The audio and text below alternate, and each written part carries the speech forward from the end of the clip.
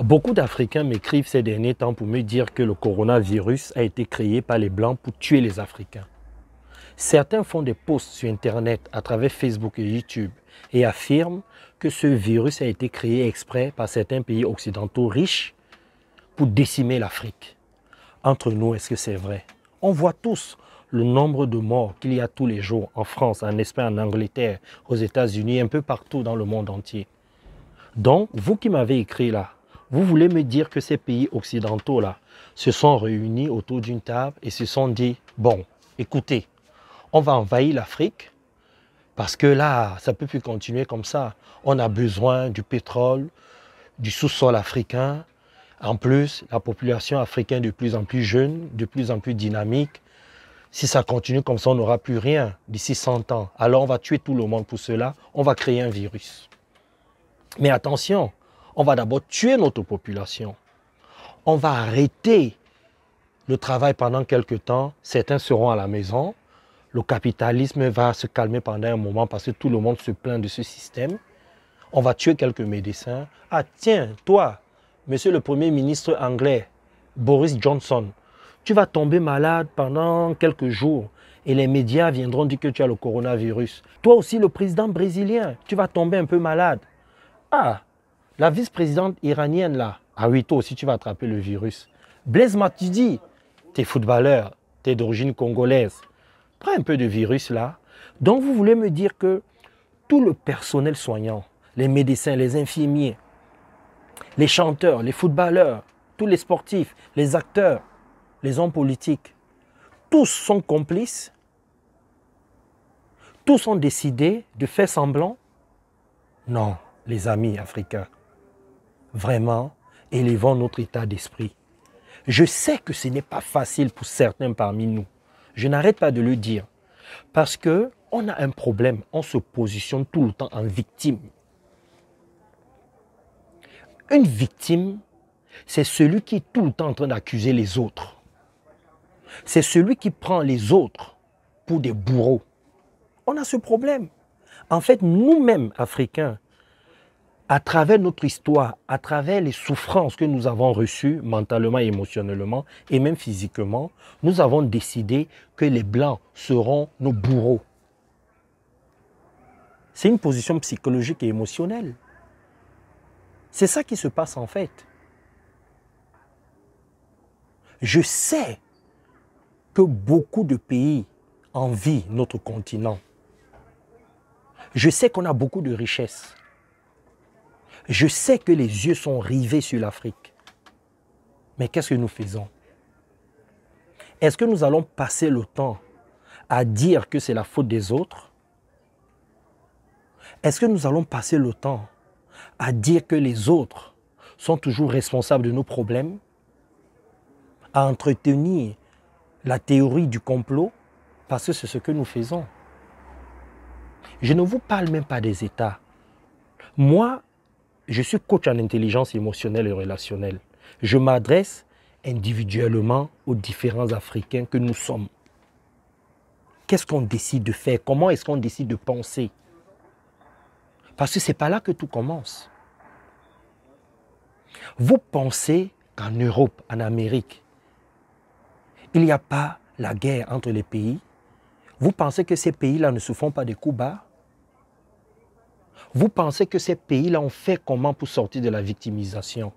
Parce que certains parmi eux ont cherché à dominer d'autres et ont même dominé d'autres. Mais la plupart sont sortis de la victimisation. Ils savent qu'être victime, ce n'est pas quelque chose de bien. Passer le temps à accuser les autres ne sert à rien. Ils l'ont compris.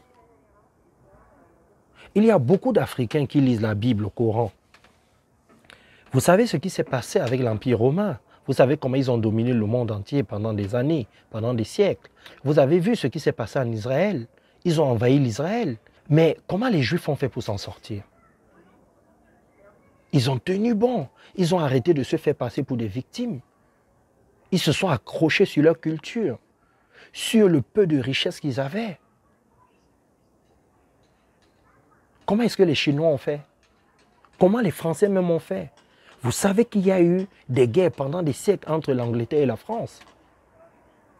Vous savez ce qui s'est passé dans les pays asiatiques. Je ne vais pas faire un cours d'histoire ici. Arrêtons de nous positionner en victime. Mettons-nous en mode solution. Vous savez, une personne qui se prend tout le temps pour une victime n'a jamais le temps de s'observer pour voir ses propres défauts, pour voir ses propres lacunes. Il ne sait même pas s'appuyer sur ses forces. Il est tout le temps en train d'accuser l'autre.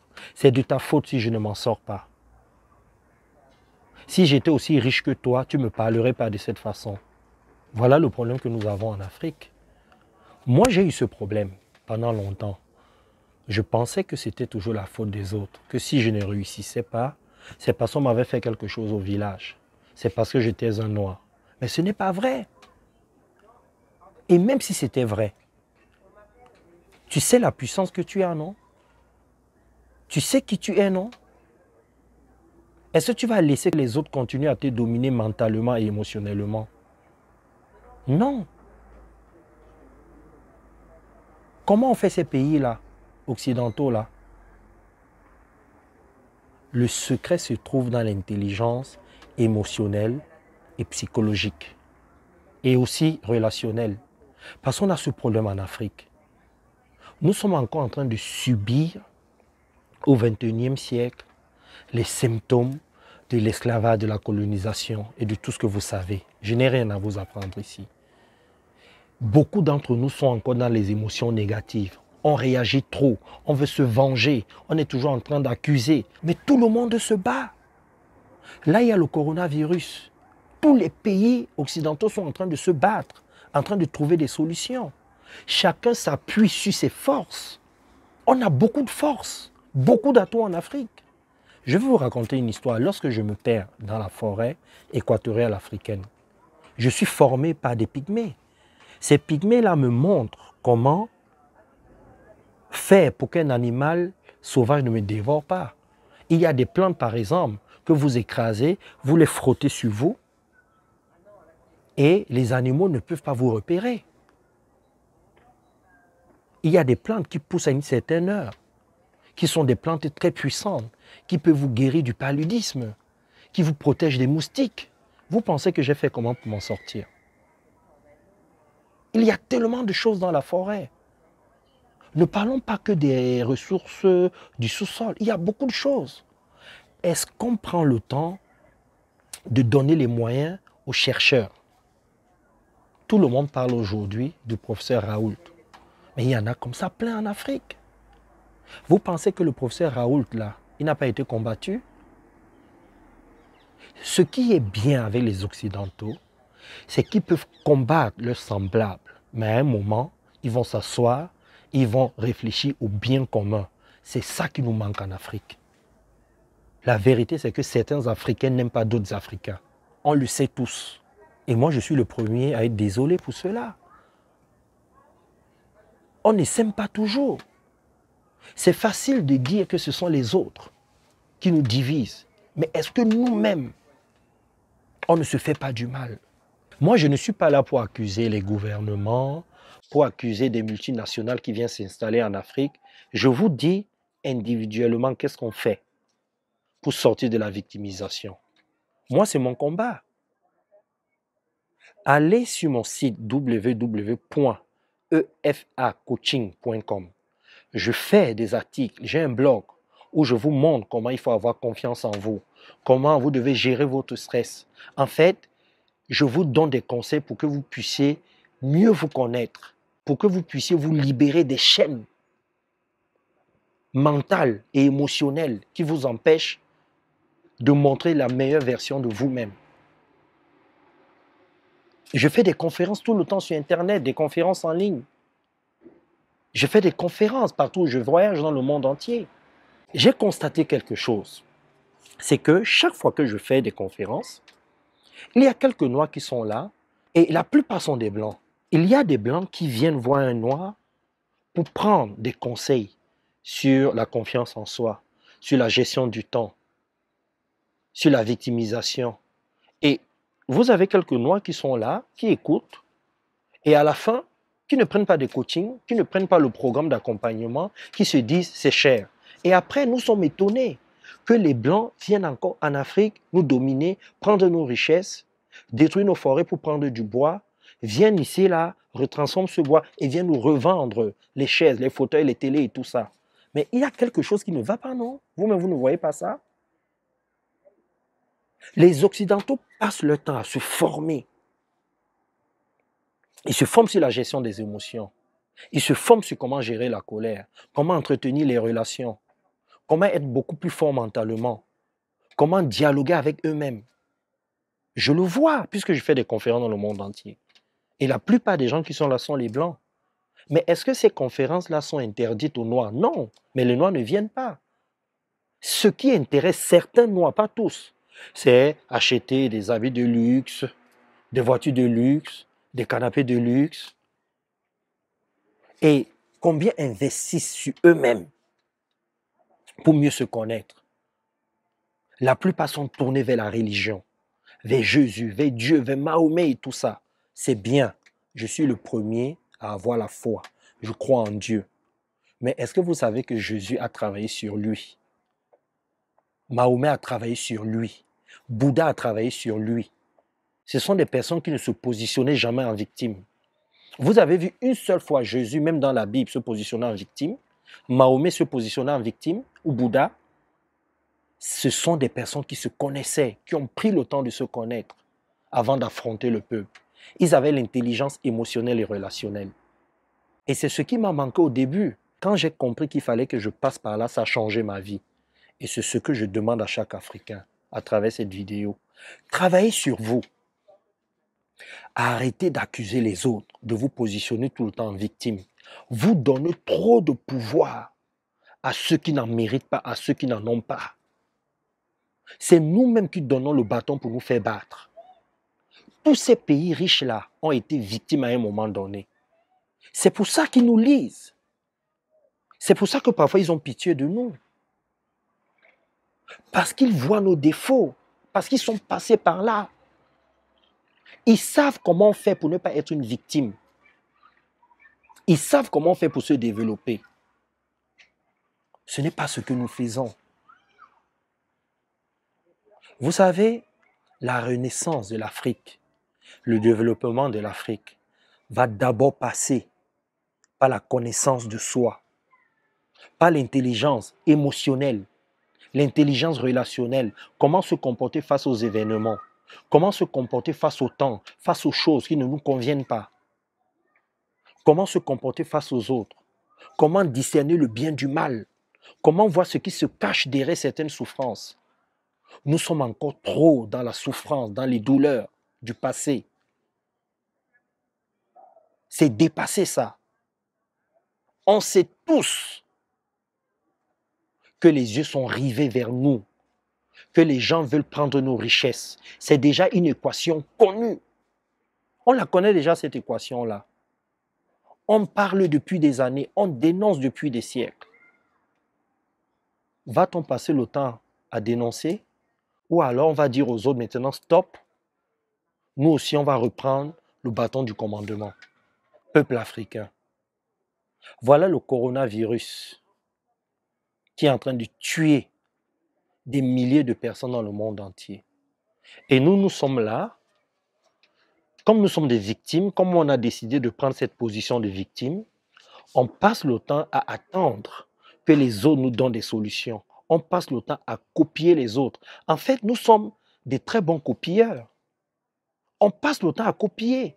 On attend que la France, que l'Angleterre, que certains pays en Occident trouvent de bonnes solutions et on les applique. Mais vous avez vu ce qui se passe en Corée? Les Asiatiques ne pensent pas comme les Occidentaux. Ils ont une autre philosophie de la vie.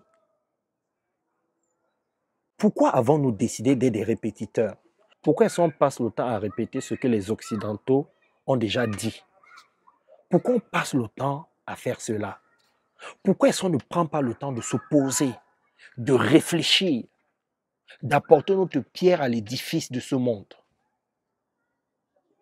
Pourquoi est-ce qu'on se comporte comme ça? La raison, elle est simple. C'est qu'on ne se connaît pas. On ne se connaît pas assez. Une personne qui ne se connaît pas se positionne tout le temps en victime. C'est à cause du gouvernement que ça ne marche pas, même si on sait que c'est vrai. Mais ce n'est pas parce que le gouvernement ne fait rien. Ce n'est pas parce que quelqu'un est plus fort que toi que tu ne peux rien faire. Arrêtons de poster n'importe quoi dans les réseaux sociaux. Changeons de système de pensée. Réfléchissons différemment. Élevons notre état d'esprit. Arrêtons d'accuser les autres. Mettons-nous en mode solution individuellement. Travaillons sur nous. Venez à des conférences que j'organise. Allez regarder mes vidéos sur Facebook, sur YouTube. On a une position qui ne nous permet pas de nous faire respecter par les autres.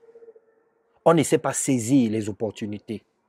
On ne sait pas saisir les occasions. On ne sait pas transformer certaines opportunités en occasions en diamants. On ne sait pas le faire. Moi, je suis en train de me poser une question. Actuellement en Afrique, tout le monde est coincé. Que ce soit les présidents, les ministres, les hommes d'affaires, les hommes riches, les hommes pauvres. Tout le monde subit ce coronavirus. Donc, même les riches ne peuvent pas aller se faire soigner en Europe, en Occident. C'est l'occasion de s'asseoir autour d'une table et de se dire, on va créer de vrais hôpitaux, donner de vrais moyens aux scientifiques, développer une pensée africaine. Chaque pays peut déjà se dire, avec ce coronavirus-ci, non, on ne peut plus continuer comme ça. Ça, c'est un signe de la vie. La vie est en train de nous dire que chacun doit développer son pays. Voilà ce qu'on peut déjà faire. Réfléchissons déjà dessus. Faisons de vraies réunions. Parce que là, quand tout ça va s'arrêter, chacun va reprendre son train-train quotidien. Les riches vont continuer à voyager, à aller se faire soigner en Europe. Il n'y aura pas d'hôpitaux en Afrique. Et quand le pire va arriver, tout le monde va encore se retrouver dans les mêmes problèmes. Et voire pire même encore. Il n'y a pas de hasard. Vous savez, la vie, Dieu nous parle de différentes façons. Ce qui se passe là est un signal, est une alerte puissante pour l'Afrique. Chaque pays africain doit se développer, doit créer des hôpitaux, de bonnes structures. Vous voyez ce qui se passe quand on ferme les frontières. Qui aurait pu imaginer que ça va arriver au XXIe siècle? Qui aurait pu s'imaginer cela? La prochaine crise sanitaire pourrait être pire pour tout le monde, surtout pour les Africains. Réveillons-nous les Africains. Il est temps. Arrêtons de dormir. Nous ne faisons qu'exister. Beaucoup d'entre nous existons, mais très peu vivent. Soyons beaucoup plus solidaires et sincères dans nos démarches. Arrêtons d'accuser les autres. Parce que les autres sont solidaires, même avec leurs différences. Tous ces pays occidentaux-là ne s'entendent pas, se font des coups bas, mais savent se focaliser, se centrer sur l'essentiel. Est-ce que vous voyez qu'il y a encore la guerre entre ces pays riches-là? Non. Et pourtant, c'était de grands ennemis avant. L'une des choses à régler d'abord, c'est la victimisation. C'est d'arrêter d'accuser les autres. C'est de prendre les autres pour des bourreaux.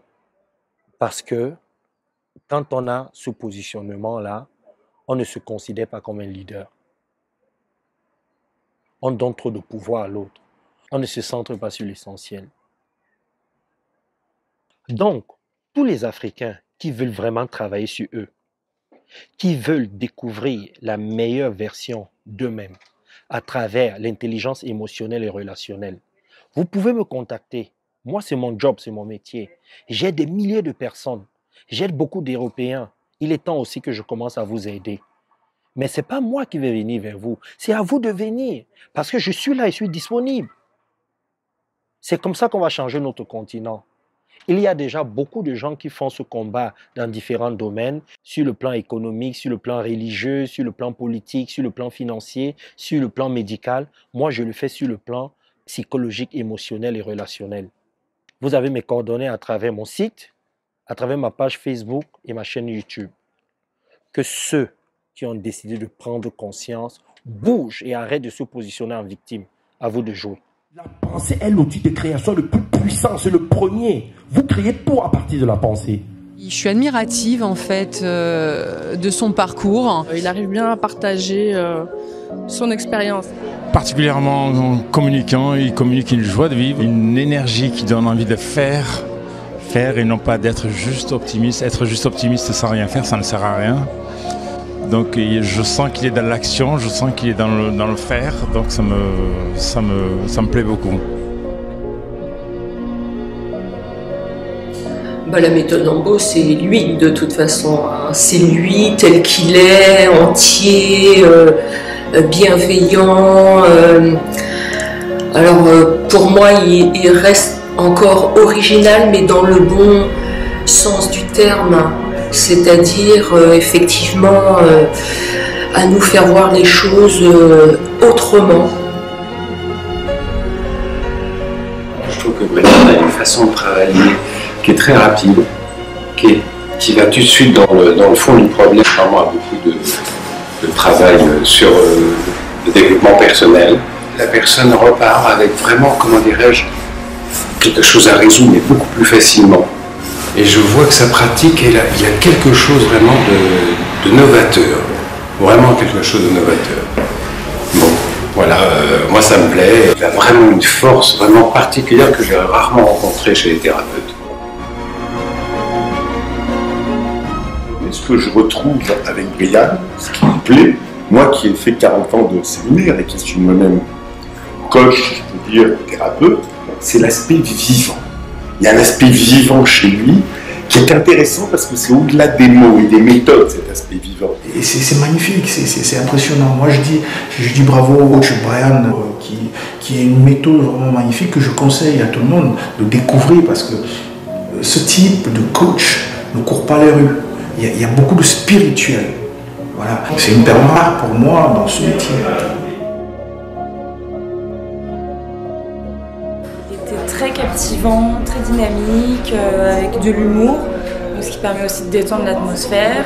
Il s'est animé voilà, des conférences comme ça et faire participer les gens en public. Très ouvert, très sain, très serein et en même temps une grande force.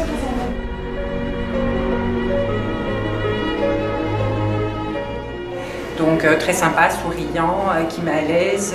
Donc voilà, c'est important aussi de se sentir à l'aise avec un coach, puisqu'on lui fait confiance. Bon, je trouve qu'il a une personnalité particulière, bon, le côté, la façon qu'il a d'exprimer les choses et de les faire passer. Il a vécu en forêt et tout. Bon, peut-être c'est ça, ce côté un peu animal, là, ce côté hors du mental qui m'a intéressé.